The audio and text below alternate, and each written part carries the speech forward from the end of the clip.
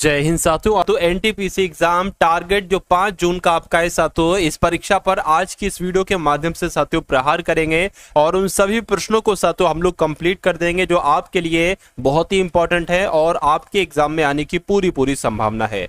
तो आज की इस वीडियो में साथियों ऐसे एक्सपेक्टेड क्वेश्चन साथियों हम लोग देखेंगे जिन क्वेश्चन को आपको अपने एग्जाम में जाने से पहले साथियों जरूर तैयार करना चाहिए और इनको याद करना चाहिए। तो साथियों सबसे पहले जैसे आप सभी को पता है कि जीके के आपके कितने सवाल पूछे जाएंगे, 40 सवाल पूछे जाएंगे। इसमें से साथियों 10 सवाल जो है ना वो करंट अफेयर के हैं। तो मैं कह सकता हूं साथियों 30 सवाल मैंने जीके के लिए हैं और साथियों 10 सवाल मैंने करंट अफेयर के लिए हैं। देखिए जीके की कट ऑफ की अगर बात करें ना तो तकरीबन आपका 13 से 14 सवाल साथियों यहां पर बिल्कुल सही होना चाहिए और करंट अफेयर के भी साथियों कुछ सवाल तो आपको आना ही चाहिए और उसके बाद साथियों रीजनिंग होगी और उसके बाद साथियों मैथ होगी। इस प्रकार से पूरे मॉडल पेपर का हम लोग हल देखेंगे आज की इस वीडियो के माध्यम से। तो पहला सवाल है, इस सवाल का जवाब देने की कोशिश कीजिए। कह रहे कि भारत का राष्ट्रीय रेल संग्रहालय ये कहां पर स्थित है? तो ये साथियों नई दिल्ली में स्थित है, जिनका आंसर ऑप्शन नंबर ए था, तो बिल्कुल सही था।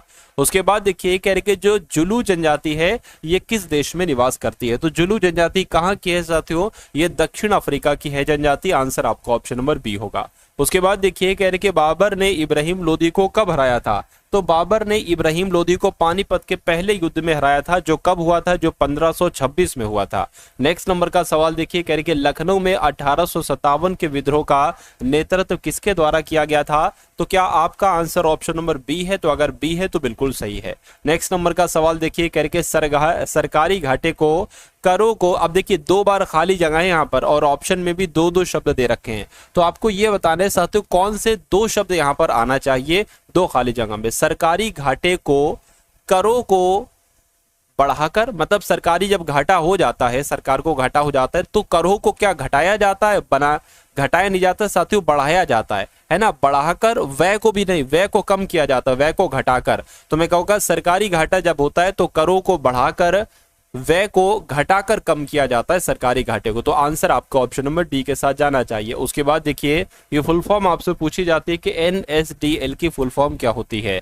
तो नेशनल सिक्योरिटीज डेवलपमेंट लिमिटेड नहीं, नेशनल स्टॉक डेवलपमेंट लिमिटेड नहीं, नेशनल शेयर्स डिपॉजिटरीज लिमिटेड नहीं, नेशनल सिक्योरिटीज डिपॉजिटरीज लिमिटेड बिल्कुल साथियों आप लोग याद रखेंगे। राइट आंसर आपका ऑप्शन नंबर डी होगा। उसके बाद देखिए अगला सवाल है, कह रहे कि कथकली भारतीय नृत्य का एक रूप है, ये कहां पर किया जाता है? तो कुल मिला के कथकली साथियों केरल का नृत्य है। आंसर आपका सी हो जाएगा। उसके बाद देखिए कह रही कि lone fox dancing my autobiography पुस्तक के लेखक कौन है? तो इस पुस्तक के लेखक आपसे यहाँ पर पूछे जा रहे हैं, मुझे बताइए। तो अगर आपका जवाब साथियों रस्किन बॉन्ड है तो मैं कहूंगा आपका जवाब यहाँ पर बिल्कुल सही हो जाएगा भाई, बहुत बढ़िया, वेरी गुड क्लास। चलिए साथियों उसके बाद देखिए अगला सवाल है। अगले सवाल में आपसे पूछा ये जा रहा है कि वेल्थ ऑफ नेशंस नामक पुस्तक के लेखक कौन है? तो वेल्थ ऑफ नेशंस नामक पुस्तक के लेखक कौन है साथियों? एडम स्मिथ अगर आपका जवाब है तो मैं कहूंगा आपका जवाब बिल्कुल सही हो जाएगा। उसके बाद देखिए कह रहे कि प्रतिवर्ष अंतरराष्ट्रीय सांकेतिक भाषा दिवस यानी कि international day of sine language ये कब मनाया जाता है?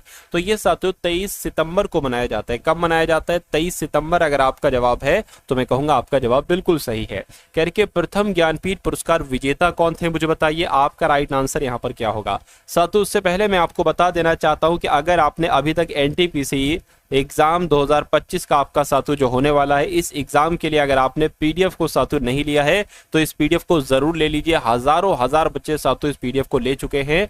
तो कुल मिला के साथियों इस पीडीएफ को लेकर आप अपना नाम साथियों सेलेक्ट कीजिए, है ना, अपने एग्जाम को साथियों क्रैक कीजिए। पहली पीडीएफ में आपको साथियों दी जा रही है एनटीपीसी के 10 सैंपल पेपर। मेरा मानना है साथियों मैक्सिमम क्वेश्चंस तो आपको इसी सैंपल पेपर में से देखने को मिल जाएंगे। और उसके अलावा साथियों दूसरी पीडीएफ में आपको दिया जा रहा है साथियों एनटीपीसी पीवाईक्यू में से क्वेश्चन ना बने साथियों, ऐसा हो ही नहीं सकता है, तो इसलिए इसको भी पढ़ेंगे। देखिए इन दोनों पीडीएफ में आपको जीके दी जाएगी, रीजनिंग दी जाएगी और साथियों मैथ दी जाएगी। उसके अलावा तीसरी पीडीएफ आपको जो दी जा रही है साथियों इंपॉर्टेंट करंट अफेयर की दी जा रही है। इसमें ऐसे क्वेश्चन है जिन क्वेश्चन को अगर आप पढ़ लेते हैं, तैयार कर लेते हैं, तो आपके सारे करंट अफेयर के सवाल यहीं से देखने को मिलेंगे। और उसके अलावा साथियों मैंने एक पीडीएफ और बढ़ाती है साइंस की, विज्ञान की। मैंने साइंस और विज्ञान के 550 क्वेश्चन साथियों इसमें बढ़वा दिए हैं एक चौथी पीडीएफ में 1 लाइनर टाइप से जो आपको दी जाएगी, है ना। तो ये तीनों पीडीएफ, ये चारों पीडीएफ पीडीएफ साथियों आपको सिर्फ और सिर्फ 45 रुपीज में दी जा रही है। प्राइस इसका बढ़ने वाला है साथियों, 70-80 रुपीज कर दूंगा, इसलिए इस पीडीएफ को अभी ले लीजिए इस वीडियो के माध्यम से ही। तो डिस्क्रिप्शन में लिंक है साथियों, वहां पर लिखा हुआ है एनटीपीसी एग्जाम पीडीएफ। तो साथियों है ना, उस लिंक पर आप क्लिक करेंगे तो आप हमारे व्हाट्सएप पर आ जाएंगे। वहां पर आपको साथियों एक क्यूआर कोड दिया जाएगा, इस क्यूआर कोड पर 45 का पेमेंट करेंगे तो ये चारों पीडीएफ आपको साथियों यहीं पर भेज दी जाएंगी आपके व्हाट्सएप में ही। इसको एक बार साथियों परीक्षा से पहले सरसरी निगाहों से एक बार देखकर चले जाना। मेरा मानना है सारे कॉन्सेप्ट आपके मनोमस्तिष्क में स्टोर हो जाएंगे और फिर पेपर आपका बड़ी आसानी से क्रैक हो जाएगा। चलिए तो बढ़ते साथियों सवाल की तरफ। करके प्रथम ज्ञानपीठ पुरस्कार विजेता कौन थे? तो जी शंकर कुरुप इनका नाम है। आंसर आपका ऑप्शन नंबर सी होगा। उसके बाद देखिए साथियों अगला सवाल है, कह रहे कि सार्क के सदस्य देश विश्व के किस भाग के हैं? तो विश्व के किस भाग के हैं साथियों आपसे पूछा जा रहा है। मैं कहूंगा दक्षिण एशिया के हैं, बिल्कुल सही। आंसर आपका ऑप्शन नंबर बी होगा। उसके बाद देखिए कह रहे कि अंतरिक्ष अनुसंधान केंद्र, क्या साथियों अंतरिक्ष अनुसंधान केंद्र ये कहां पर स्थित है? तिरुवनंतपुरम में, बेंगलुरु में, श्रीहरिकोटा में या अहमदाबाद में? तो मैं कहूंगा अहमदाबाद में है। अगला देखिए कह रहे कि भारतीय विज्ञान संस्थान कहां पर स्थित है? तो भारतीय विज्ञान संस्थान आपको पता है बेंगलुरु में स्थित है। राइट आंसर जिनका ऑप्शन नंबर बी होगा तो बिल्कुल करेक्ट है। कह रहे कि मिस्र का सबसे बड़ा पिरामिड कौन सा है साथियों, मुझे बताइए। तो मिस्र का सबसे बड़ा पिरामिड साथियों पता, खुफू, क्या खुफू पिरामिड जो है ना ये मिस्र का सबसे बड़ा पिरामिड के रूप में जाना जाता है। राइट आंसर आपका जो जाना चाहिए वो ऑप्शन नंबर सी के साथ जाना चाहिए। कह रहे कि निम्नलिखित मूर्तियों में से कौन सी मूर्ति आजादी के प्रतीक के रूप में एक फ्रांसीसी मूर्तिकार द्वारा डिजाइन की गई थी? ये क्वेश्चन बहुत इंपॉर्टेंट है साथियों, आप लोगों को याद रखना है। स्टैच्यू ऑफ लिबर्टी की बात चल रही है, यानी कि स्टैच्यू ऑफ लिबर्टी जो मूर्ति है ये आजादी के प्रतीक के रूप में एक फ्रांसीसी मूर्तिकार के द्वारा डिजाइन की गई थी। उसके बाद देखिए साथियों अगला सवाल आपकी स्क्रीन पर है, देखिए सवाल को और फटाफट आप लोग मुझे बता दीजिए सवाल का जवाब क्या होगा। कह रहे कि एक सदिश राशि में परिमाण और दिशा दोनों होते हैं, जबकि अदिश राशि में केवल परिमाण होता है और दिशा नहीं होती। निम्नलिखित में से कौन सी एक सदिश राशि है? तो सदिश राशि इसमें से कौन सी है मुझे बताइए। देखिए ये अदिश राशि है, उसके अलावा ये भी अदिश राशि है और ऊर्जा भी अदिश राशि है, लेकिन विस्थापन की अगर बात करें तो ये एक सदिश राशि है, इसलिए जिनका भी आंसर ऑप्शन नंबर सी के साथ है तो बिल्कुल करेक्ट है। अगला सवाल आपकी स्क्रीन पर है, आपसे कहा जा रहा है कि 20 किलोग्राम द्रव्यमान वाली वस्तु 4 मीटर प्रति सेकंड के त्वरण के साथ स्थानांतरण, उस पर आपसे पूछा जा रहा है उस पर लगने वाले बल की मात्रा की गणना कीजिए। यानी कि बल बराबर साथियों क्या हो जाएगा? बल बराबर साथियों द्रव्यमान हो जाएगा और साथियों त्वरण हो जाएगा। यानी कि द्रव्यमान कितना है साथियों 20 किलो है, त्वरण कितना है 4 मीटर प्रति सेकंड है। तो बल साथियों यहाँ से आपका नहीं निकलेगा, बिल्कुल निकलेगा। तो 20 चौक कितने होते हैं साथियों 80 हो जाएंगे, यानी कि 80 न्यूटन आपके सवाल का बिल्कुल सही जवाब हो जाएगा। उसके बाद देखिए अगला सवाल है, कह रहे कि जल का वाष्पीकरण होता है। तो जल का वाष्पीकरण साथियों समस्त तापमानों पर होता है। आंसर आपका ऑप्शन नंबर सी हो जाएगा। उसके बाद देखिए अगला सवाल, कहा जा रहा है कि अणु का गठन करने वाले परमाणुओं की संख्या को क्या कहा जाता है? तो आपको ये साथियों ये ध्यान रखना है, उसको परमाणविकता कहा जाता है। क्या आप लोग याद रखेंगे? अणु का गठन करने वाले परमाणुओं की संख्या को परमाणविकता कहा जाता है। आंसर आपका ऑप्शन नंबर डी होगा। उसके बाद देखिए अगला सवाल है, कह रहे कि निम्नलिखित में से कौन सा एक एम्फोटेरिक ऑक्साइड है? तो एम्फोटेरिक ऑक्साइड इसमें से कौन सा ऐसा? तो एल्यूमिनियम ऑक्साइड है। सही जवाब आप लोग साथियों ऑप्शन नंबर ए हो जाएगा। साथियों जितने क्वेश्चंस मैं आपको करवा रहा हूं, चाहे वो जीके के हो, चाहे करंट अफेयर के हो, चाहे रीजनिंग के हो, चाहे मैथ के हो, इन सभी सवालों को साथियों आपको तैयार करते जाना है अपने परीक्षा से पहले। और अगर आपके मनोमस्तिष्क में ये सारे सवाल स्टोर है तो मेरा मानना है कि 70 से 80% आपको कंटेंट फंसा हुआ मिलेगा साथियों आपकी रियल एग्जाम वाली शिफ्ट में, ठीक है ना। तो इसलिए बहुत धैर्य के साथ, बहुत मन के साथ इन सभी सवालों को आपको देखना है और समझते रहना है। चलिए खैर नेक्स्ट नंबर का सवाल है, कह रहे कि कौन सा तत्व, इनमें से कौन सा तत्व एक बहुमुखी तत्व है जो सजीवों और हमारे द्वारा उपयोग की जाने वाली कई चीजों का आधार है? तो किसकी बात चल रही है साथियों? कार्बन की बात चल रही है। कार्बन आपके सवाल का बिल्कुल सही जवाब हो जाएगा। कह रहे कि निम्नलिखित जीवों में से कौन सा जीव मुकुलन द्वारा प्रजनन नहीं करता है? तो मुकुलन द्वारा प्रजनन नहीं करता, मैं कहूंगा एनिलिडा नहीं करता है, नहीं करता है, तो ये आपका राइट आंसर हो जाएगा। उसके बाद देखिए मानव हाइपोथैलेमस ग्रंथि होती है। तो मानव की हाइपोथैलेमस ग्रंथि ऊपर के ठीक नीचे होती, नीचे के निचले हिस्से में, मस्तिष्क में, बिल्कुल ये तो साथियों मस्तिष्क में उपस्थित होती है। जो हाइपोथैलेमस ग्रंथि होती है ना, ये मस्तिष्क में होती है। उसके बाद देखिए करके किसके अलावा निम्न सभी पादपों या पौधों में झकड़ा जड़ें होती है। तो किसके अलावा साथियों होती हैं जड़ें? मैं कहूंगा चुकंदर के अलावा सभी पौधों में झगड़ा जड़ें होती हैं। आंसर आपको ऑप्शन नंबर सी हो जाएगा। उसके बाद देखिए अगला सवाल है करके उस प्रसिद्ध जीव वैज्ञानिक का नाम बताइए जिससे गैलापागोस द्वीप समूह का नाम जुड़ा हुआ है। तो साथियों उनका नाम चार्ल्स डार्विन है, ठीक है ना, चार्ल्स डार्विन है जिससे गैलापागोस द्वीप समूह का नाम जुड़ा हुआ है। उसके बाद देखिए कह रहे कि ट्रैक बॉल निम्नलिखित में से किस श्रेणी के अंतर्गत आता है? तो ट्रैक बॉल की अगर बात करें ये तो इनपुट डिवाइस के अंतर्गत आता है। क्या साथियों इनपुट डिवाइस के अंतर्गत आता है? ये भी आप लोग याद रखेंगे। अगला सवाल देखिए कह रहे कि HTTP में जो P जो होता है ना, इसका मतलब क्या होता है मुझे बताइए। देखिए अगर बात करें साथियों, यहां पर अगर बात करें इसकी फुल फॉर्म की बात करें, हाइपर टेक्स्ट, क्या साथियों?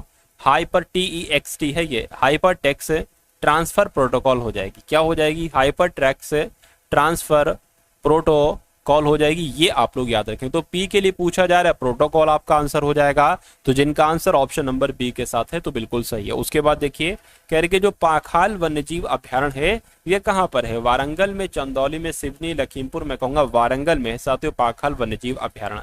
उसके बाद देखिए कह रहे कि यूएन वर्ल्ड वाइल्ड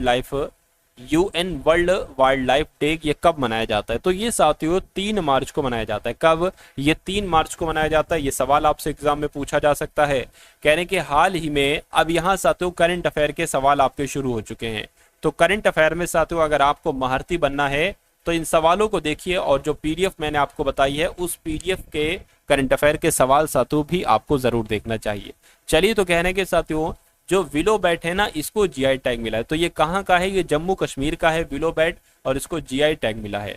उसके बाद देखिए कह रहे कि RBI ने ब्याज दरों में कितने प्रतिशत की कटौती कर ली है? तो अभी हाल फिलहाल में साथियों 0.25% की कटौती की है ब्याज दरों में। किसने? रिजर्व बैंक ऑफ इंडिया ने। उसके बाद देखिए अगला सवाल है कह रहे कि किसे नेपाल राष्ट्र बैंक का कार्यवाहक गवर्नर नियुक्त किया गया है? तो यहां पर मैं कह सकता हूं नीलम थुंगाना इनका नाम है, और नीलम थुंगाना को ही साथियों नेपाल राष्ट्र बैंक का कार्यवाहक गवर्नर नियुक्त किया गया है। उसके बाद देखिए अगला सवाल है कह रहे कि किस राज्य के मुख्यमंत्री ने जल संरक्षण अभियान के तहत भागीरथ ऐप लॉन्च किया है? तो साथियों भागीरथ ऐप जो लॉन्च किया है वो उत्तराखंड सरकार ने किया है। किसने किया है? उत्तराखंड सरकार ने किया है। उसके बाद देखिए अगला सवाल है कह रहे कि बॉम्बे स्टॉक एक्सचेंज में डिप्टी CEO किसको नियुक्त किया गया है? बताइए। तो साथियों अभी हाल फिलहाल में ही विरल दावड़ा को साथियों बॉम्बे स्टॉक एक्सचेंज में डिप्टी CEO नियुक्त किया गया है। उसके बाद देखिए कह रहे कि कौन अखिल भारतीय नेत्र रोग सोसाइटी के उपाध्यक्ष बने हैं? तो इनका नाम साथियों मोहन राजन है। डॉक्टर मोहन राजन ही अखिल भारतीय नेत्र रोग सोसाइटी के उपाध्यक्ष बने हैं। अगला सवाल देखिए कह रहे कि खाद्य सुरक्षा पर भारत और किस देश में महत्वपूर्ण समझौते पर हस्ताक्षर किए हैं? तो साथियों इजराइल की अगर बात करें तो खाद्य सुरक्षा पर भारत और इजराइल देश ने महत्वपूर्ण समझौतों पर हस्ताक्षर किए हैं। उसके बाद देखिए कहां पहले हिमालयी जलवायु केंद्र का उद्घाटन किया गया है? तो कहां पर किया गया है साथियों? मैं कहूंगा उधमपुर में किया गया है। पहले हिमालयी जलवायु केंद्र का उद्घाटन उधमपुर में ही किया गया है। कह रहे कि कहां पर 5 दिन का माधवपुर घेड़ मेला शुरू हुआ है? तो ये मेले की अगर बात करें, ये मेला कहां पर शुरू हुआ है? मैं कहूंगा ये मेला गुजरात में शुरू हुआ है। सही जवाब आपका जाएगा ऑप्शन नंबर बी के साथ। अब उसके बाद साथियों यहाँ पर से आपके सामने रीजनिंग के क्वेश्चन से स्टार्ट हो चुके हैं। तो साथियों आपके एग्जाम में रीजनिंग के पूरे साथियों 30 सवाल आएंगे। अगर आप चाहते हैं कि आपका स्कोर रीजनिंग में 30/30 रहे तो इन सभी सवालों को साथियों जरूर देखिएगा, है ना। चलिए पहला सवाल है कह रहे कि वोल्ट मीटर का संबंध अगर वोल्टेज से है तो अमीटर का संबंध किससे होगा? पावर से, करंट से, एनर्जी से, या साथियों प्रेशर से? मुझे बताइए। देखिए यहाँ पर साथियों मैं कह सकता हूँ जैसे कि जो वोल्ट मीटर होता है ना, ये वोल्ट मीटर साथियों वोल्टेज मापने के काम आता है। तो उसी प्रकार अमीटर जो होता है ना साथियों, ये करंट मापने के काम आता है। करंट को हिंदी में क्या कहा जाता है साथियों? धारा कहा जाता है। यानी कि अमीटर धारा मापने के काम आता है, अर्थात करंट मापने के काम आता है। अब उसके बाद देखिए साथियों एक बढ़िया सवाल आपके स्क्रीन पर है। ये सवाल इस लॉजिक पर आधारित एक सवाल आपके एग्जाम में पूछा जा सकता है। यहाँ पर आपको बताया गया है सबसे पहले कि 8 से 32 बनाया गया है, उसी प्रकार यहाँ पर 18 से साथियों 162 बनाया गया है। तो उसी प्रकार आपको ये बताने के 16 से यहाँ पर साथियों क्या नंबर बनाया जा सकता है, ये एक बार आप लोग यहाँ पर कमेंट करके मुझे बता दीजिए। देखिए यहां पर अगर साथियों बात करें, मुझे ऐसा लग रहा है कि 8 की गुणा हम किससे करा दें कि 32 आ जाए। अगर साथियों 8 की गुणा हम 4 से करा दें तो 32 आ जाएगा, है ना। उसी प्रकार 18 की गुणा हम किससे करा, देखिए मुझे ऐसा लग रहा है कि इस 8 का आधा क्या होता है 4, इसलिए 4 से कराई गई है। और उसी प्रकार 18 की गुणा, अगर 18 का आधा कितना होता है 9, तो 9 से अगर गुणा कराएंगे तो 162 आता है। उसी प्रकार 16 का आधा क्या होता है 8, यानी कि 16 की गुणा अगर 8 से कराते हैं तो हमारा साथियों आंसर आना चाहिए। तो 16 अट्ठे 128 होता है। तो 128 के ऑप्शन में है, जरा देखिए, मैं कहूंगा बिल्कुल ऑप्शन में है। कौन से ऑप्शन में है साथियों, ऑप्शन नंबर बी वाले में है। तो जिनका आंसर ऑप्शन नंबर बी के साथ है, मैं कहूंगा आंसर आपका बिल्कुल करेक्ट है। चलिए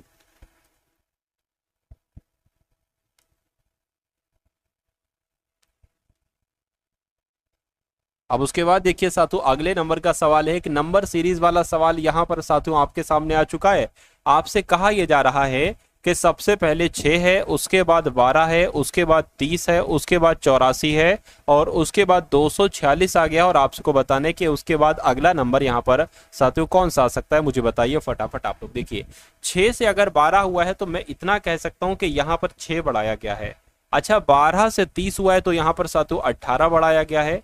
और 30 से 84 हुआ है फिर तो यहाँ पर तो बहुत ज्यादा 50 और 4 यानी कि 54 बढ़ाया गया है। और 84 से 246 हुआ है तो कितना बढ़ाया गया, 6 में से 4 जाएगा 2 बचेगा, 24 में से 8 जाएगा 16 यानी कि 162 बढ़ाया गया है। तो यहाँ पर साथियों कितना बढ़ाया जाएगा। तो अब हमें लॉजिक जो निकालना होगा वो 6, 18, 54, 162 में से साथियों निकालना हो गया। आप अगर थोड़ा सा साथियों यहाँ पर ध्यान लगाएंगे तो आप अगर 6 की गुणा 3 से कराएंगे तो ये नंबर आपको मिलेगा। 18 की गुणा 3 से कराएंगे तो 54 मिलेगा। और 54 की गुणा 3 से कराएंगे तो देखिए जरा 3 चौक 12, 3 5 15 16 बिल्कुल, यानी कि 162 की गुणा आपको 3 से ही कराना होगी। तो 3 दूना 6 हो जाएगा और 16 3 आपका 48 हो जाएगा। तो कुल मिला के 486 यहाँ पर आ जाएगा, यानी कि 246 और 486 कितना होता है, टोटल कर दीजिए साथियों, है ना। टोटल कर दीजिए तो आपके सामने 732 आ जाएगा। अगर 732 ऑप्शन में तो यह हमारा राइट आंसर, मैं कहूंगा बिल्कुल 732 है ऑप्शन नंबर बी वाले में। तो जिनका आंसर ऑप्शन नंबर बी के साथ है, मैं कहूंगा बिल्कुल करेक्ट भाई, बहुत बढ़िया, वेरी गुड क्लास। कह रहे टी बी और 12 है और क्यू वाई बी के बीच एक निश्चित संबंध है, यानी कि साथियों इनके बीच में और इनके बीच में एक संबंध है, वो आपको बताना क्या है। उसी प्रकार एम एल 16 और जे आई 24 के बीच में वही संबंध है, तो आपको बताना है आर डी 20 के बीच साथियों क्या संबंध मिल सकता है। कुल मिला के ये जानकारी आपको देना। देखिए यहाँ पर टी है, टी होता है साथियों 20 पर, क्यू होता है 17 पर, यानी कि यहाँ पर 3 घटाया गया है। बी होता है साथियों 2 पर, अगर यहां पर भी हम 3 घटा दें तो साथियों बी में 3 घटाएंगे वाई आ जाएगा। अच्छा यहां पर हमें कितना घटाना पड़ रहा है साथियों, यहां पर हमें 8 बढ़ाना पड़ रहा है, घटाना नहीं पड़ रहा है। यहां पर अगर हम बात करें जिसके एम है, एम आता है 13 पर, जे आता है साथियों 10 पर, यहां पर भी तो 3 घटाया गया है। एल आता है 12 पर, आई आता है 9 पर, यहां पर भी साथियों 3 घटाया गया है। और 16 से 24 हुआ, यहां पर 8 घटाया गया, यानी कि जो यहां पर लॉजिक लगा है वही लॉजिक आपका यहां पर लगा है, तो वही लॉजिक हम यहां पर लगाना पड़ेगा। तो आर में 3 घटाएंगे ओ आ जाएगा, डी में 3 घटाएंगे ए आ जाएगा, 20 में अब आपको क्या करना है 8 बढ़ाना है, तो साथियों 28 आ जाएगा। मैं कहूंगा 28 कहां पर लिखा हुआ है, ओ ए 28 साथियों, ये ओ ए 28 तो आपका ऑप्शन नंबर डी में लिखा हुआ है। तो जिनका आंसर ऑप्शन नंबर डी के साथ है, मैं कहूंगा आंसर आपका बिल्कुल करेक्ट हो जाएगा भाई, बहुत बढ़िया, वेरी गुड क्लास। अब इस सवाल की अगर बात करें, कहा जा रहा है कि गॉड इज ग्रेट को क्या लिखा जाता है, ये गॉड इज ग्रेट का कोड है CPANBO।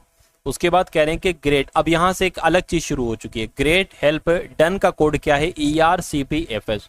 उसी प्रकार ही इज ग्रेट का कोड क्या है साथियों BOCPDP। तो कह रहे हैं कि साथियों ही इज गॉड का कोड आपको बताना है। तो साथियों ही इज गॉड की अगर बात करें, अब देखिए साथियों ही इज यहां पर लिखा हुआ है ना। देखिए यहां पर अगर बात करें ही इज ग्रेट लिखा हुआ है और यहां पर गॉड इज ग्रेट लिखा हुआ है, तो यहां से मिल पाएगा, नहीं मिल पाएगा।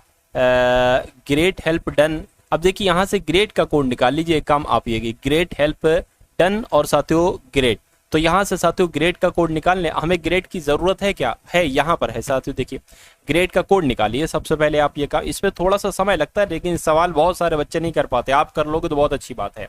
देखिए इसमें क्या सेम है मुझे बताइए, इसमें और इसमें ER नहीं CP, बिल्कुल साथियों CP होगा, वो CP आपका ग्रेड का कोड हो जाएगा। अब यहाँ से ही इज का कोड निकल आएगा, CP यहाँ से कट कर दीजिए, ही इज का कोड आपको निकल आ गया है, क्योंकि हमें ही इज का भी तो कोड चाहिए, तो ही इज और गॉड का हमें कोड चाहिए, है ना साथियों। ही इज का कोड क्या हो जाएगा, BO और क्या हो जाएगा DQ हो जाएगा, BO और DQ हो जाएगा। तो BO DQ कहां पर लिखा हुआ है, BO DQ यहां पर नहीं लिखा है, BO DQ यहां पर नहीं लिखा है, BO DQ यहां पर लिखा है और यहां पर लिखा है। अब देखिए साथियों या तो गॉड का कोड CP होगा या AN होगा। गॉड का कोड देखिए जरा, गॉड का कोड देखिए साथियों जरा, यहां पर आप लोग देखिए AN भी है और CP भी है, नहीं बता सकते।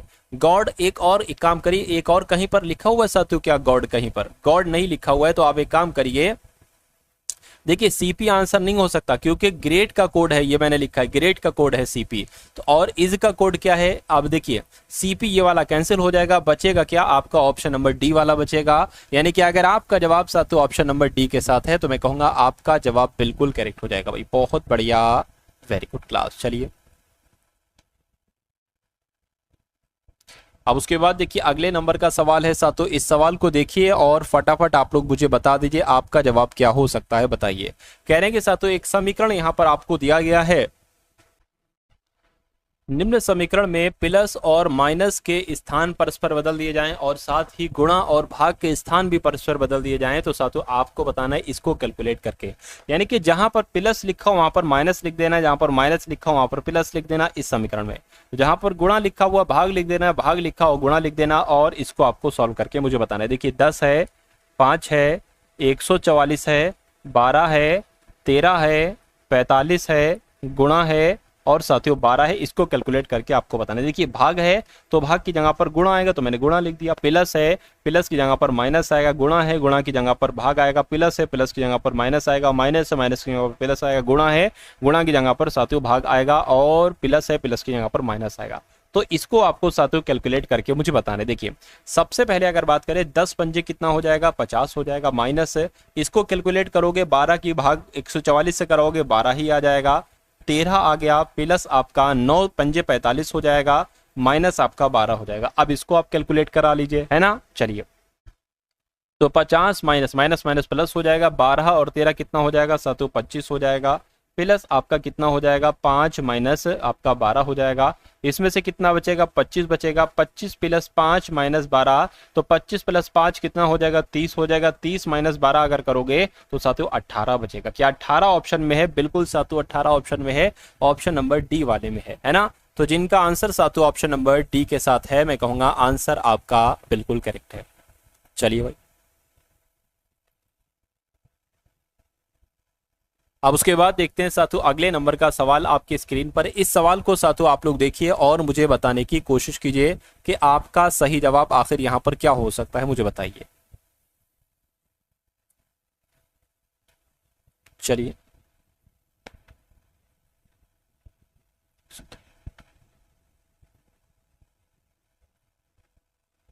देखिए कह रहे कि रेखा की घड़ी में प्रदर्शित समय के अनुसार, है ना, समय के अनुसार अभी 9:15 बजे हैं। तो साथियों एक घड़ी हम बना लेते हैं, मान लीजिए इधर 9 बजता है इधर 3 बजता है, यानी कि ये 9:15 बजा है, कुल मिला के ऐसे ही तो 9:15 बजेगा, कहने कि 9:15 बजा है, ठीक है।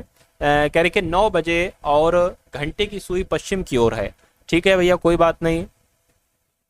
कह रहे कि घंटे की सुई पश्चिम की तरफ है, यानी कि इधर पश्चिम की तरफ हो जाएगी और घंटे की सुई पश्चिम की तरफ है और मिनट वाली सुई साथियों पूर्व तरफ हो जाएगी।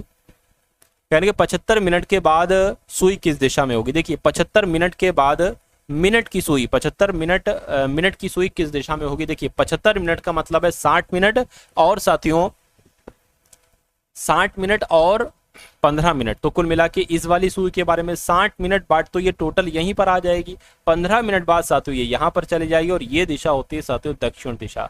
तो मैं कहूंगा दक्षिण दिशा में उसका मुंह होगा, आंसर आपका जो जाएगा वो ऑप्शन नंबर C के साथ जाएगा।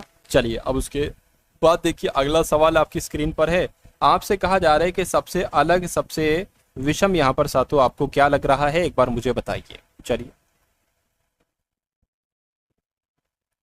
देखिए भाई, कह रहे कि सबसे अलग यहाँ पर बात करें तो शेर, चीता, घोड़ा, जिराफ। देखिए ये भी जंगली है, ये भी जंगली है, ये भी जंगली है, लेकिन घोड़ा जंगली नहीं है ना। घोड़ा पालतू है, एक तरीके से पाला भी जाता है। तो इस प्रकार आपका राइट आंसर जो होगा यानी कि सबसे अलग जो होगा वो ऑप्शन नंबर सी वाला होगा। अब उसके बाद देखिए अगले नंबर का सवाल साथियों आपकी स्क्रीन पर है, देखिए सवाल को, और यहाँ पर भी आप लोग मुझे बता दीजिए राइट आंसर आपका क्या हो सकता है, बताइए। देखिए भाई,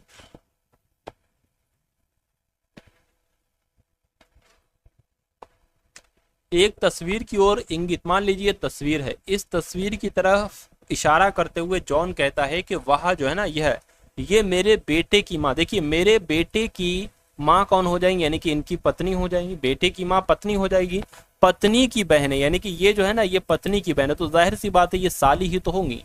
तो साली होंगी, तो कह रहे कि तस्वीर व्यक्ति का जॉन से क्या संबंध है, जॉन क्या कहेगा, तस्वीर में जो है इसको साली कहेगा, साली कहेगा, तो आंसर आपका ऑप्शन नंबर सी हो जाएगा, है ना। चलिए उसके बाद सी नहीं बल्कि बी हो जाएगा। उसके बाद देखिए साथियों अगले नंबर का सवाल आपकी स्क्रीन पर है। यहां पर अगर बात करें, आपसे कहा जा रहा है, बहुत ध्यान से देखिएगा इसको, कह रहे हैं कि ए बी के दादा हैं, यानी कि साथियों यहां पर अगर बात करें ए जो है ना ये बी के दादा है, तो बी के दादा कौन हो गए साथियों, बी के दादा ए हो गए। कह रहे कि ए का भाई डी है, ए का भाई कौन हो गया साथियों, डी हो गया, ठीक है। कह रहे कि डी का पुत्र कौन है, ई है, यानी कि डी का पुत्र कौन हो गया साथियों, ई हो गया, है ना। चलिए कोई दिक्कत नहीं है।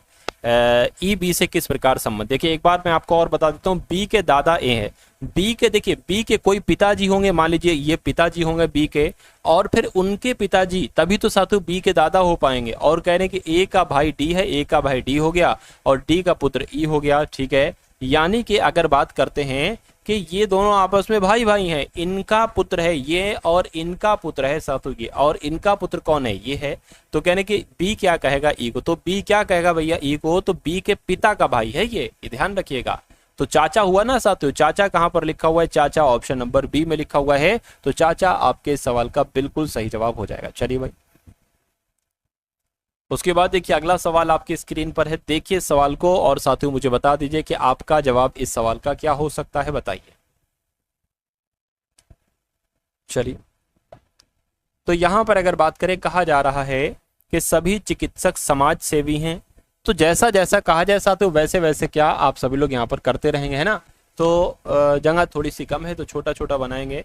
सभी चिकित्सक समाज सेवी हैं, तो सभी चिकित्सक मान लीजिए साथियों ये चिकित्सक हो गए, है ना, और सभी चिकित्सक समाज सेवी हो गए, सभी चिकित्सक समाज सेवी हो गए। सभी समाज सेवियों को पैसा चाहिए, सभी समाज सेवियों को क्या चाहिए, पैसा चाहिए। अब निष्कर्ष पढ़िए और मुझे बताइए कौन सा सही है कौन सा गलत है। कह रहे कि सभी समाज सेवी चिकित्सक नहीं है। अच्छा भाई क्या कहा जा रहा है साथियों, सभी, एक सेकंड, सभी चिकित्सक की अगर बात करते हैं समाज सेवी हैं, सभी समाज सेवियों को पैसा चाहिए, ठीक है, सभी समाज सेवियों को पैसा चाहिए। कहने के सभी समाज सेवी, ये सभी समाज सेवी चिकित्सक नहीं है। हाँ सभी समाज सेवी चिकित्सक नहीं है, क्यों नहीं है, क्योंकि इतने समाज सेवी चिकित्सक नहीं, तो ये तो सही हो जाएगा कहीं ना कहीं। चिकित्सकों को पैसा चाहिए, चिकित्सकों को पैसा चाहिए, मैं कहूंगा बिल्कुल साथियों चिकित्सक अंदर है, पैसे चाहिए वालों के, तो ये भी सही हो जाएगा, यानी कि दोनों निष्कर्ष आपके सही हो जाएंगे। ऐसा कहां पर लिखा हुआ है, ऐसा आपका ऑप्शन नंबर ए में लिखा हुआ। उसके बाद देखिए अगला सवाल है, कह रहे कि कुछ शेर बाघ हैं, तो मान लीजिए साथियों ये क्या हो गए, ये शेर हो गए, और कहा जा रहा है कुछ शेर यानी कि इतने शेर क्या हो गए, इतने शेर बाघ हो गए, और कहने के सभी बाघ यहाँ पर क्या बताए गए हैं, सॉरी कुछ बाघ गधे हैं। मान लीजिए इतने बाघ क्या हो गए साथियों, इतने बाघ आपके गधे हो गए। अब निष्कर्ष को पढ़िए और बताइए कौन सा सही है कौन सा गलत है। चलिए यानी कि कुछ शेर गधे हैं, भैया शेर इधर है, गधे ये है, ये गलत हो जाएगा। सभी बाघ गधे हैं, ये भी गलत हो जाएगा। तो ना तो निष्कर्ष 1 और ना ही निष्कर्ष 2 अनुसरण करता है। ऐसा कहां पर लिखा हुआ है, ऑप्शन नंबर सी में लिखा हुआ है। उसके बाद देखिए साथियों अगले नंबर का सवाल आपकी स्क्रीन पर आ चुका है। इस सवाल को देखिए और मुझे बताइए आपका जवाब क्या होगा। कह रहे कि साथियों यहाँ पर बाघ हैं, भैंसे हैं और पशु हैं, 3 यहाँ पर हैं, बाघ हैं, पशु हैं और साथियों भैंसे हैं। तो कुल मिला के आरेख आपको बताना है सबसे बढ़िया कौन सा आरेख लग रहा है इन तीनों के लिए, बताइए। देखिए ये भी बाघ भी पशु है, भैंस भी पशु है, तो हम बना लेते ये पशु हो जाएगा और ये बाघ हो जाएंगे, ये भैंस हो जाएंगे, है ना। तो ऐसा आरेख कहां पर बना हुआ है, ऑप्शन नंबर डी में बना हुआ है। उसके बाद देखिए अगला सवाल आपकी स्क्रीन पर है। यहां पर अगर बात करें इसमें क्या कहा गया है, थोड़ा सा अगर ध्यान से देखेंगे तो आप आंसर तक साथियों यहां पर पहुंच जाएंगे। यहां पर आपसे कहा गया है कि नीचे दिए गए चित्र में समुच्चय सर्व समावेशी समुच्चय है। समुच्चय एल, एम और एम एन ये क्रमशः इतिहास, भूगोल और भाषा पढ़ने वाले छात्रों को दर्शाते हैं। यानी कि एल जो दर्शा रहा है ना वो इतिहास वालों को दर्शा रहा है, ठीक है। तो यहां पर हम करते चलते साथ में, जैसे ये एल वाला है ना, एल वाला, तो ये जो है ये इतिहास वालों को दर्शा रहा है, इतिहास पढ़ने वाले स्टूडेंट को ये दर्शा रहा है। उसके बाद कह रहे हैं कि जो एम है ना ये भूगोल पढ़ने वाले बच्चों को दर्शा रहा है, ये भूगोल पढ़ने वाले बच्चों को दर्शा रहा है, ठीक है। और साथियों भाषा पढ़ने वाले जो छात्रों को दर्शा रहा है वो एन है। तो ये साथियों भाषा पढ़ने वाले छात्रों को दर्शा रहा है। तो कहने के दिए हुए आंकड़ों के आधार पर उन छात्रों की कुल संख्या कितनी होगी जो भाषा और भूगोल पढ़ रहे हैं लेकिन इतिहास नहीं पढ़ने। ये इतिहास नहीं पढ़ना चाहिए, यानी कि आंसर इसमें से नहीं होना चाहिए। तो मैं कहूंगा वो संख्या 9 हो जाएगी, जो भूगोल भी पढ़ रहे हैं, भाषा भी पढ़ रहे हैं लेकिन इतिहास नहीं पढ़ रहे हैं। तो 9 वो संख्या हो जाएगी साथियों, और 9 आपके सवाल का बिल्कुल सही जवाब हो जाएगा। और जिनका भी आंसर साथियों ऑप्शन नंबर ए के साथ है, मैं कहूंगा आंसर आपका बिल्कुल सही हो जाएगा। नेक्स्ट नंबर का सवाल आपकी स्क्रीन पर है, देखिए सवाल को। तो साथियों यहां पर अब आपके सामने मैथ्स के क्वेश्चंस स्टार्ट हो चुके हैं। तो इन सभी साथियों मैथ के सवालों को भी आप लोग बहुत अच्छे तरीके से देखिए, क्योंकि आपको पता है कि मैथ के भी पूरे 30 सवाल पूछे जाएंगे और उम्मीद करूंगा कि 30 में से 30 आप लोग करके आएंगे। चलिए भाई कॉन्सेप्ट को समझिए, क्या कहा गया। कह रहे कि 4 क्रमागत संख्याओं में से पहली 2 संख्याओं का योग चौथी संख्या के बराबर है। चारों संख्याओं के योग का आधा इनमें से क्या होगा। 4 क्रमागत संख्याएं कही गई हैं, तो मान लेते हैं कि पहली संख्या x हो जाएगी, तो दूसरी संख्या क्या हो जाएगी, x+1 हो जाएगी। अरे भाई पहली में एक जोड़ेंगे तभी तो साथी होगी, और फिर इसके अगली संख्या क्या हो जाएगी, x+2 हो जाएगी। क्रमागत चल रहे हैं, और फिर x+3 हो जाएगी। ये 4 क्रमागत संख्याएं आ गई। कह रहे कि पहली 2 संख्याओं का योग, यानी कि इसका और इसका योग जब आप करोगे, तो मैंने इसका और इसका योग कर दिया, क्या दिक्कत है, इसका योग कर दिया पहली और दूसरी संख्या का। कह रहे कि इनका योग चौथी संख्या के बराबर है। चौथी संख्या के बराबर ये है चौथी संख्या, यानी कि x+3 के बराबर है। तो कह रहे कि चारों संख्याओं के योग बताइए कितना होगा। तो पहले x का मान निकाल लो। यहां से क्या आप x का मान निकाल सकते हो? अगर यहां से x का मान निकाल सकते हो तो साथियों बहुत अच्छी बात है। चलिए भाई कोई दिक्कत नहीं है, तो इसको कैलकुलेट आप लोग कर दीजिए। x+x कितना हो जाएगा, 2x हो जाएगा, +1 हो जाएगा, बराबर क्या है, x+3 है। अब देखिए साथियों यहाँ पर अगर बात करें तो ये 2x लिखा है ना, बराबर के उधर x से इधर आएगा साथियों माइनस का x हो जाएगा। ये 3 लिख दिया, ये प्लस का इधर आएगा तो माइनस का 1 हो जाएगा। तो साथियों 2x - x कितना बचेगा, x बचेगा, x बराबर साथियों 2 आ जाएगा। यानी कि अब आपसे पूछा जा रहा था चारों संख्याओं के योग, क्या साथियों चारों संख्याओं का योग कीजिए। तो पहली संख्या x थी, यानी कि पहली संख्या 2 हो जाएगी, ये है योग करना है आपको। फिर ये कितनी हो जाएगी, 2x+1 है ना, तो 2+1 साथियों 3 हो जाएगी। ये कितनी हो जाएगी, ये 5 हो जाएगी। और ये कितनी हो जाएगी, 2+3 5 हो जाएगी। सॉरी ये कितनी हो जाएगी, ये 4 हो जाएगी, है ना। ये साथियों कितनी हो जाएगी, ये आपकी 4 हो जाएगी और ये 5 हो जाएगी। इनका योग कर ये करिए और आधा कर दीजिए साथियों, 9 हो गया, है ना, 9। और ये कितना हो जाएगा साथियों, 14 हो जाएगा। 14 का आधा करोगे तो 7 आ जाएगा। और 7 कौन से ऑप्शन में साथियों, ऑप्शन नंबर बी वाले में। तो जिनका आंसर ऑप्शन नंबर बी के साथ है, मैं आंसर आपका बिल्कुल करेक्ट है। बहुत बढ़िया, वेरी गुड। चलिए साथियों अब इस सवाल को देखिए और साथियों मुझे बताइए, हो सकता हो शायद आवाज आपके पास थोड़ी कम आई हो, लेकिन ये चीज समझ गया ना साथियों, है ना। यहां तक मैंने आपको समझा दिया था। इसको कैलकुलेट करोगे x का मान 2 आ जाएगा और चारों संख्याओं का योग कर दोगे। x बराबर 2 है तो x+1 3 हो जाएगा, ये 4 हो जाएगा, 5। इनका योग करोगे 14 आएगा। 14 का आधा पूछा जा रहा था जो कि 7 होता है। अब उसके बाद देखिए अगला सवाल, इसमें थोड़ी सी मिस्टेक है, मैं आपको सही सवाल यहां पर लिखकर बता देता हूं। देखिए सबसे पहले साथियों 2/7 है, उसके बाद गुणा है, ब्रैकेट है, और फिर 2 प्लस फिर साथियों ब्रैकेट है यहाँ पर, उसके बाद 2 आ गया ब्रैकेट में, 11 प्लस 4 आ गया, माइनस 2 आ गया, ब्रैकेट बंद हो गया है ना, और साथियों उसके बाद माइनस 2 आ गया। अब इसको कैलकुलेट करना है, आपको सॉल्व करना है, जो सबसे अंदर वाला ब्रैकेट है इसको सॉल्व कर लीजिए साथियों। 4 माइनस 2 2 बचेगा, 11 प्लस 2 साथियों यहाँ पर 13 हो जाएगा, 13 साथियों हो गया, और 13 की गुणा 2 से हो जाएगी तो 26 डायरेक्ट लिख लो। 26 साथियों डायरेक्ट आप जब लिख लोगे तो 26 प्लस 2 आपका ये आ जाएगा, तो कितना हो जाएगा साथियों, ये आपका 28 हो जाएगा। 28 हो गया साथियों आपका, ठीक है 28 हो गया यहाँ पर, और गुणा 2/7 हो गया, और माइनस 2 आ गया। 7 एकम 7, 7 चौक 28 हो जाएगा, 4 दूना 8 हो जाएगा, 8 माइनस 2 साथियों 6 बचेगा। तो 6 कहाँ पर लिखा हुआ है साथियों, 6 तो आपका ऑप्शन नंबर डी में लिखा हुआ है। तो जिनका आंसर ऑप्शन नंबर डी के साथ है, मैं कहूंगा आंसर आपका बिल्कुल करेक्ट है भाई, बहुत बढ़िया, वेरी गुड क्लास। उसके बाद देखिए अगला सवाल कहा जा रहा है साथियों यहाँ पर कि 12 मीटर लंबे और 8 मीटर चौड़े कमरे के फर्श को अधिकतम संभावित क्षेत्रफल वाले वर्गाकार डिजाइनों से सजाया जाना है। आवश्यक वर्गाकार डिजाइनों की संख्या ज्ञात कीजिए। यानी कि कुल मिला के साथियों मान लीजिए साथियों ये 12/8 का कमरा है, ये 12/8 का कमरा है। यहाँ पर आपसे कहा जा रहा है कि कितने क्षेत्रफल वाले वर्गाकार, यानी कि उसकी लंबाई चौड़ाई कितनी होना चाहिए साथियों, टाइल्स बिछाना है तो उसकी लंबाई चौड़ाई कितनी होनी चाहिए, ये आपसे कुल मिला के यहाँ पर पूछा जा रहा है। तो कभी भी अगर ऐसा सवाल आपके सामने आए तो आपको कमरे की लंबाई दी जाएगी, चौड़ाई दी जाएगी। आपको सिंपल सी बात क्या करना है साथियों, इन 12 का और 8 का, इन 2 नंबर का सर तो एलसीएम निकाल देना, 2 छंग 12 है ना, बल्कि एचसीएफ निकालना है, एचसीएम एलसीएम नहीं साथियों, एचसीएफ निकालना है। 2 से कट करेंगे, 2 छंग 12, 2 चौक 8। अब यहां पर अगर साथियों बात करें या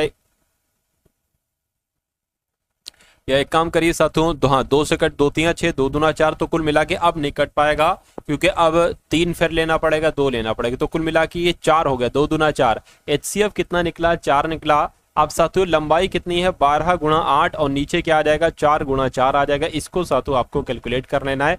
4 एकम 4, 4 3 12, 4 एकम 4, 4 दूना 8, तो कुल मिला के 6 आ गया। तो मैं कह सकता हूं साथियों क्या कि 6 आपका आंसर हो जाएगा, यानी कि आवश्यक वर्गाकार डिजाइनों की संख्या जो होगी वो 6 होगी। चलिए उसके बाद देखिए अगला सवाल आपकी स्क्रीन पर है। आपसे कहा जा रहा है कि किसी राशि के 32% के 40% का 60% जो है ना वो 432 के बराबर है, और कह रहे कि वो राशि बताइए साथियों। चलिए तो मान लीजिए वो राशि क्या है, वो राशि x है। तो इस x राशि के 32%, इस x राशि का 32% का 40%, ठीक है, का 40% है ना, और फिर इसका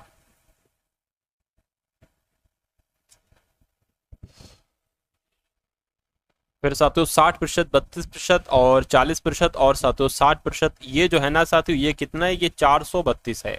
तो साथियों x का मान यहाँ पर आपको निकालना है, इसको कैलकुलेट आपको करना है। देखिए अगर इसको कट करेंगे तो 20 दुना और 20 पंजे आ जाएगा, 20 तियां और 20 पंजे आ जाएगा, है ना। इसको कट करोगे ज्यादा तो 16 आ जाएगा साथियों, यहाँ पर 50 आ जाएगा। अब क्या करें, अब x बराबर साथियों 432 है, और इन सब की नीचे वालों की गुणा इधर हो जाएगी, 50 आ जाएगा, ये वाला 5 आ जाएगा, और साथियों फिर से 5 आ जाएगा, और फिर नीचे क्या आ जाएगा, 16 गुणा 2 गुणा 3, 16 गुणा 2 गुणा 3 यहाँ पर आ गया। अब आपको साथियों क्या करना है, अब एक काम करिए, आप इसको कैलकुलेट कर डालिए। देखिए ये कैसे कैलकुलेट होगा जरा मुझे बताइए। देखिए 2 से अगर इसको कट करेंगे ना तो 2 दूना 4 और 2 एकम 2, 2 छंग 12 हो जाएगा। और अगर बात करते अब किसको का साथियों कट करे, इसको कट करे 3 से, 3 7 21, 3 दूना 6 हो जाएगा, ठीक है ना। अब साथियों 2 से कट करें ना, इसको 2 अट्ठे 16 हो गया, और 2 दूना 2 तियां 6 हो गया आपका, और 2 छंग 12 हो गया है। अब साथियों क्या, अब आपके सामने क्या आ गया, 36 गुणा और ये 50 भी तो है अभी साथियों, 36 गुणा 50 गुणा 5 गुणा 5, और नीचे क्या, नीचे साथियों ये 8 है ना, 8 यहाँ पर आ जाएगा। 2 से कट करेंगे 18 आ जाएगा, और 2 से कट करेंगे 4 आ जाएगा, 2 से कट करेंगे दूना आ जाएगा, यहाँ पर सातों 9 आ जाएगा, 2 से कट करेंगे तो 25 आ जाएगा। तो 25 गुणा ये 5 पंजे 25 हो जाएगा। अच्छा ये 25 है भाई साहब, ये 25 है। तो 25 गुणा 25 625 होता है। 625 की गुणा सातों 9 से करा लीजिए, 9 पंजे 45 हो गया, 9 दूना 18 22 हो गया, है ना साथियों। 9 पंजे 45 54 54, ये आपका 56 हो गया, यानी कि 5625 आपके सवाल का बिल्कुल सही जवाब हो जाएगा, जो कहाँ पर है साथियों, जो आपका ऑप्शन नंबर ए वाले में था। उसके बाद देखिए साथियों अगले नंबर का सवाल है, यहाँ पर आपसे कहा गया है कि एक बैग में 50 पैसे, 25 पैसे और 10 पैसे के सिक्के का अनुपात कितना है? 5:4:3 है। यदि सिक्कों का कुल मूल्य 171 है तो हर प्रकार के सिक्कों की संख्या कितनी, आपसे पूछा जा रहा है।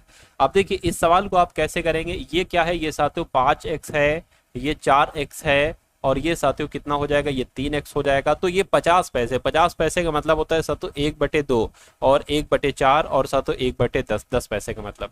तो 5x/2 यहाँ पर आ जाएगा, 5x/2x आ जाएगा, 5x/2 प्लस आपका ये 4x आ जाएगा और साथियों बटे में क्या आ जाएगी, ये 4 आ जाएगा। ऐसे ही करना होता है। ये 3x/10 आ जाएगा, 3x बटे यहाँ पर 10 आ गया, तो बराबर इनका जो निकलेगा वो 171 निकलेगा। इसको आपको साथियों कैलकुलेट कर लें। देखिए 4 पंजे आपका 20 हो गया, 20x हो गया और 4 दूना 8x हो गया और नीचे क्या आ गया, 4 दूना 8 आ गया प्लस आपका ये साथियों 3x/10 आ गया। अब इसको कैलकुलेट कर लीजिए। देखिए ये टोटल कितना हो जाएगा, ये आपका 28 हो जाएगा ना। तो 28 की 10 से करोगे तो 280x आ जाएगा, 280x आ गया और ये 8×3 = 24x आ गया आपका और नीचे क्या आ जाएगा साथियों 80 आ जाएगा, बराबर आपका 171 चल रहा है ना। अब साथियों थोड़ी सी जगह की जरूरत है इसलिए नीचे कर लेते हैं इसको। देखिए अब इसको जरा जोड़ो साथियों, कितना हो जाएगा, तो ये आपका कितना हो जाएगा, 0 और 4 4 आ जाएगा और साथियों 2 और 8 10 हो जाएगा और साथियों 3 यानी कि 304x बराबर 171 गुणा 80 यहाँ पर हो जाएगा। अब आपको साथियों इसको कैलकुलेट करा लेना है ना। इसको साथियों कैलकुलेट करा लेते हैं, यानी कि आपके सामने आ जाएगा x बराबर 171 गुणा 80 बटे 304 आ जाएगा। अगर साथियों इसको हम कैलकुलेट करने के लिए कैलकुलेटर का यूज करते हैं तो देखते हैं साथियों क्या आता है, 171 गुणा 80, 171 गुणा 80 भाग 304 है ना साथियों। भाग क्या आ जाएगा, भाग आपका 304 यहाँ पर आ जाएगा। तो कुल मिला के यहाँ पर कितना आ रहा है साथियों, 45 आ रहा है ना। यानी कि x का मान जो आया है वो कितना आया है, वो 45 आया है। तो बस x का मान निकल गया, अब तो कोई दिक्कत ही नहीं है। तो ये निकाल लीजिए साथियों, है ना, ये निकाल लीजिए, आपको साथियों मालूम पड़ जाएगा क्या दिक्कत है। चलिए देखिए, अगर 50 इसमें पूछा है कि हर प्रकार के सिक्कों की संख्या कितनी, तो 50 पैसे के सिक्कों की संख्या 5x है तो x बराबर 45 है। तो 45 गुणा 5 मैं आपको डायरेक्ट यहीं पर बता दूं, 45 गुणा 5 कितना हो जाएगा, तो 45 गुणा 5 साथियों 225 हो जाएगा। तो 225 ऑप्शन में होना चाहिए। फिर 4x यानी कि 45 गुणा 4 कितना हो जाएगा, 180 हो जाएगा और 45 गुणा 3 कितना हो जाएगा, 135 हो जाएगा। तो ये कौन से ऑप्शन में है, मैं कहूंगा ये तो ऑप्शन नंबर बी वाले में है। तो जिनका आंसर ऑप्शन नंबर बी के साथ है, मैं कहूंगा आंसर आपका बिल्कुल करेक्ट है भाई, बहुत बढ़िया, वेरी गुड क्लास। चलिए साथियों उसके बाद देखिए अगला सवाल है, कह रहे ए किसी कार्य को 10 दिन में पूरा करता है, ठीक है, ए किसी कार्य को 10 दिन में पूरा करता है। उसके बाद कहा जा रहा है कि बी उस कार्य को 15 दिन में पूरा करता है, बी उसी कार्य को 15 दिन में पूरा करता है। ए और बी उस कार्य को 48 रुपए में हाथ में, यानी कि ए और दोनों लोग जो मिलकर काम करते हैं ना, तो 4800 रुपए उस काम के उनको मिलते हैं। कह रहे कि ये सी की मदद से 5 दिन में पूरा हो जाता है। यानी कि ए और बी लोग मिलकर कार्य करें, लेकिन अगर सी की मदद ले लें तो ये कार्य सिर्फ और सिर्फ 5 दिनों में पूरा हो जाता है। तो कह रहे कि सी को कितनी धनराशि मिलेगी, तो कुछ नहीं, इनका रेशियो निकाल लेना है कि इन्होंने काम कितना कितना किस किस रेशियो में किया, उसी रेशियो में इनको पैसा मिलेगा, है ना। चलिए तो देखिए भाई, यहां पर एक ऐसा नंबर ले लेंगे जो कि ये सारे नंबर कट कर सके। 60 ले लें, 10 छंग 60, 15 चौक 60 और 5 यहाँ पर 12 आ जाएगा, 12 पंजे 60 हो जाएगा। यानी कि ए की अगर बात करते हैं साथियों, ए एक दिन में 6 काम करता है और बी एक दिन में 4 काम करता है। ए बी सी ये मिलकर साथियों 12 काम करते हैं। तो अगर ए एक दिन में 6 काम करता है, बी एक दिन में 4 काम करता है और तीनों मिलकर 12 कर रहे हैं, तो साथियों सी 2 काम करेगा, है ना। सी क्या करेगा साथियों, सी आपका 2 काम करेगा। अब यहाँ पर अगर बात करें टोटल राशि कितनी है साथियों, 4800 टोटल राशि है ना। अब यहाँ पर अगर बात करें सी का निकालना है, सी का रेशियो है 2 और नीचे आ जाएगा साथियों टोटल 12। तो 12 चौक आपका 48 हो जाएगा और 400 दुना कितना हो जाएगा, 800 हो जाएगा। यानी कि सी को कितने रुपए मिलना चाहिए साथियों, 800 रुपए मिलना चाहिए। और 800 कौन से ऑप्शन में है साथियों, ऑप्शन नंबर ए वाले में। तो जिनका आंसर यहाँ पर ऑप्शन नंबर ए के साथ है, मैं कहूँगा आंसर आपका बिल्कुल करेक्ट भाई, बहुत बढ़िया, वेरी गुड क्लास। तो कैसी लगी साथियों आपको ये क्लास, एक बार कमेंट सेक्शन में आप लोग जरूर बताइएगा। इस वीडियो को साथियों लाइक करके जाइएगा, चैनल पर अगर नए हैं तो चैनल को सब्सक्राइब करके जाइएगा।